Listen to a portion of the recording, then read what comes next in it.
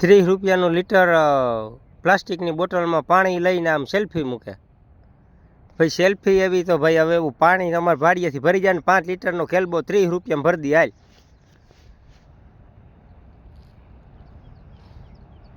Selfie મેલે લ્યો. બિસ્લેરી પાણીને કિનલી પાણીને.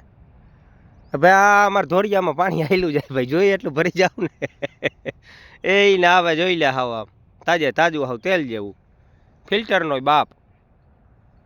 ત્યાં કાંઈ એને મોંઘવારી નડતી નથી. ઓલી ₹10ની 18 ગ્રામ ઓલી વેફર આવે તો એમાં મોંઘવારી નડતી નથી. બટાટાનો ભાવ ₹30 થાય તો કે ઓહો ₹30 બટાટાનો ભાવ થઈ ગયો. ભાઈ ₹30 બટાટાનો ભાવ થઈ ગયો હોય ના પોહાતો હોય તો ના ખવાય બટાટા.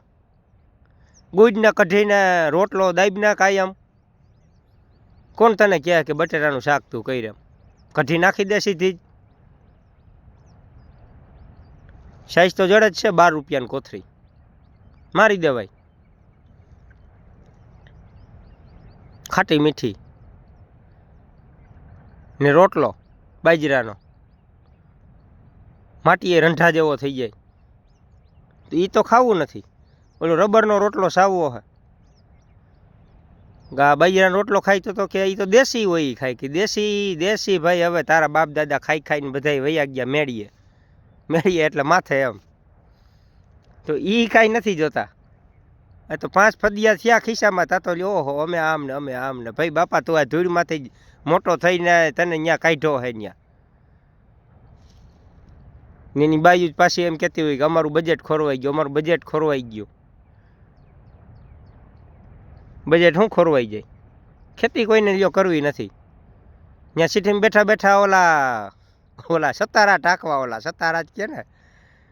હા લ્યો એક હાડીમાં સતારા ટાંકે તો કે ₹20. ભાઈ ₹20 એવા નથી જોતા ભાઈ. ગામડા શાનું મને પૈડા રહ્યો ને ચોખ્ખું આવીએ જડે તો ખોરલું ઘેરે ઓલું દૂધ દેવા આવે તો કે ભાઈ કાલે દૂધમાં તર નહોતી થઈ, પાણી ઓછું નાખજો, ચોખ્ખું દૂધ દેજો, ભાવ ભલે ₹5. ત્યાં તારે રાખવા નથી ઢોર, નથી તારે શાણવાળા હાથ કરવા ને તારે ચોખ્ખું દૂધ જોઈ.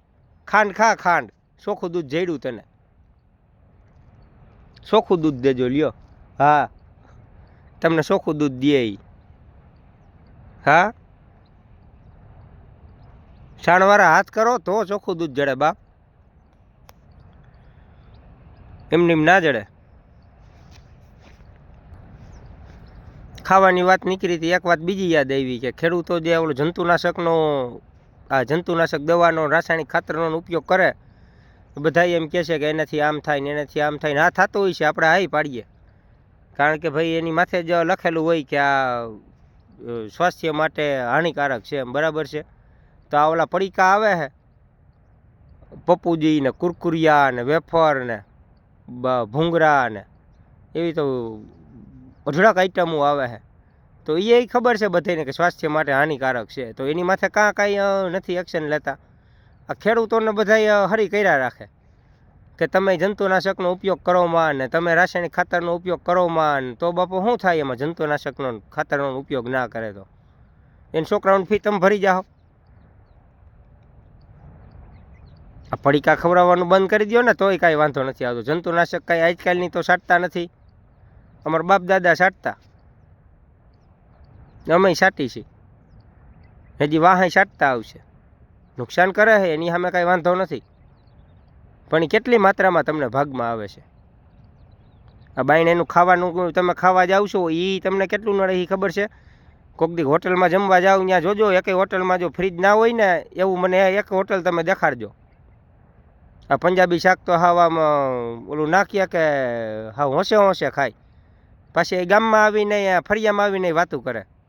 કંઈક તો અમે કાજુ પનીર બટર મસાલા ખાવા ગયા હતા. હવે કાજુ પનીર બટર મસાલાને મારી ગોળી રીંગણાનો ઓરો કરીને થાય રંઢા જેવા આખા ઘરમાં. ના કોઈ દી કોઈ માંદું પડે કે નહીં કાંઈ.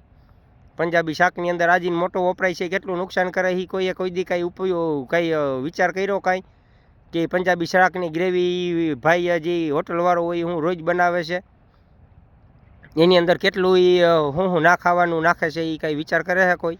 એ કાંઈ નહીં ભાઈ. આ ખેડૂત ઓલા જંતુનાશક દવા છાંટે છે તો કે તો તમે કે જંતુનાશકનો ઉપયોગ કરો છો એ સ્વાસ્થ્ય માટે હાનિકારક છે.